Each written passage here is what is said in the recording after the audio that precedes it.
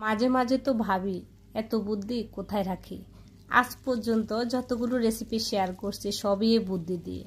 আমার কাছে যখন যেটা ভালো লাগে সেটাই আমি বানিয়ে খাই, আর খেতে যদি মজা হয় তবে সেই রেসিপিটা আপনাদের সাথে শেয়ার করি। তেমনই একটা রেসিপি এই বেগুন ভাজা। বেগুন ভাজা অনেকে অনেকভাবে করেছেন, এভাবে একবার হলেও করে খাবেন, তারপরে আমাকে বলবেন। একটা বেগুন কেটে ধুয়ে পরিষ্কার করে নিয়েছি, দিয়েছি এখানে পেঁয়াজ কুচি, কাঁচামরিচ কুচি, ধনিয়া পাতা কুচি, হলুদ, মরিচ, লবণ, তারপরে জিরার গুঁড়া, একটু রসুন, সরিষার তেল, একটা ডিম, কর্নফ্লাওয়ার সব কিছু দিয়ে ভালোভাবে মেখে নিয়েছি। আর প্যানের মধ্যে তেল দিয়ে এখন ভাজার পালা। সবগুলো একসাথে ভাজতে পারবো না, প্রথমগুলো যেভাবে ভেজে নিচ্ছি সেমভাবে দ্বিতীয়গুলো আমি ভেজে নেব। তবে এটা লো আঁচে ভাজতে হবে, বেশি আঁচে ভাজলে এটা উপর থেকে পুড়ে যাবে, ভিতর থেকে এটা হবে না।